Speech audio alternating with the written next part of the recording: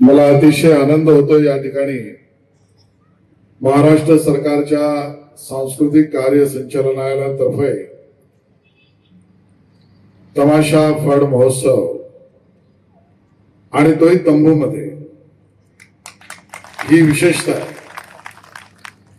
आपला संपन्न आणि समृद्ध महाराष्ट्र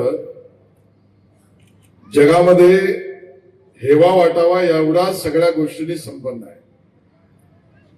इथली संस्कृती, इथलं साहित्य, इथलं कला, इथलं नृत्य, इथलं संगीत, त्यात विशेष रूपाने आपली लोककला, लोकवाद्य, लोकसाहित्य याची एक उज्ज्वल परंपरा आहे. आणि म्हणून जगाला काहीतरी निर्माण करावं लागेल, पण आमचं राज्य आणि इथल्या मातीतनं निर्माण झालेल्या कला या जगातल्या सृजनशीलतेला आणि मानवी संवेदनाला निर्माण करेल एवढी ताकद आपल्या महाराष्ट्रातल्या कलेमध्ये आहे. आणि म्हणून हे वैभव आहे आपलं. हे लोककलेचं वैभव टिकलं पाहिजे. ते केवळ जतन संवर्धनापुरतं नाही, तर ते प्रचार प्रसारापर्यंत गेलं पाहिजे.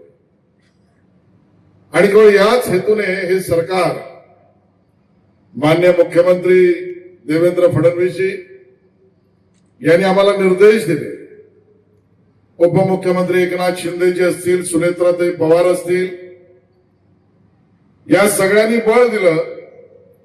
खरं तर आजच अर्थसंकल्पीय मागण्यांवर सभागृहात चर्चा होती आणि त्यावेळेला मी म्हटलं, ते पुन्हा एकदा सांगतोय, सभागृहाच्या सदनात मी म्हटलं, एका वर्षामध्ये यापूर्वी विविध कार्यक्रम, जसा आता इथे महोत्सव आहे, असे पूर्वी 300 आणि जास्तीत जास्त 400 कार्यक्रम व्हायचे. या वर्षी आम्ही 300-400 कार्यक्रमावर नाही, 800 कार्यक्रम पूर्ण करून 1200 कार्यक्रमापर्यंत झाले. विविध लोककला आमच्या, आणि आमच्या या लोककला, जसा आता इथे फड आहे, हा मनोरंजनापुरता सीमित नाही. मनोरंजन आहेच, पण यातून, या लोककलेतून आपली प्रथा परंपरा असं सांगते, सामाजिक, राष्ट्रीय आणि कधी कधी कौटुंबिक कलहातल्या विषयांना सुद्धा उत्तर शोधण्याचं काम या आमच्या मंचावरून होत असतं. आणि म्हणून आमची लोककला ही जास्त प्रभावी आहे. होय, काही समस्या आहेत, अडीअडचणी आहेत. विशेषतः आमच्या तमाशा कलाकारांचं म्हणणं मी ऐकलंय, मी बैठका घेतल्या. काही विषयांना आपण सुरुवात केली आहे, काही आव्हानं नवीन तंत्रज्ञानाच्या रूपाने, बदलत्या जीवनशैलीच्या रूपानं आव्हानं समोर गेली आहेत. पण तरी आपली कला टिकली पाहिजे, जगली पाहिजे, वाढली पाहिजे. म्हणून महाराष्ट्राचं सरकार हे कटिबद्ध आहे. आणि म्हणून या सर्व प्रतिकूल परिस्थितींचा सामना करत सुद्धा ज्या आमच्या कलाकार मंडळींनी ही कला जोपासली, त्यांचं मी त्रिवार अभिनंदन करतो, त्यांचं धन्यवाद करतो. नारायणगाववरही मंडळी आले आणि त्यांचा उल्लेख मला या ठिकाणी जाणून बुजून महत्वपूर्ण का वाटतोय, कारण नवी मुंबईत सुद्धा तुमची ताकद लोककला दाखवण्याची इतकी आहे की आज तिकडे जरा कॅमेरे फिरवा, सगळा तंबू पूर्ण भरलेला आहे. आणि या तंबूतली जी मजा आहे ना, ती या मातीतल्या सुगंधातल्या मजेसारखी आहे.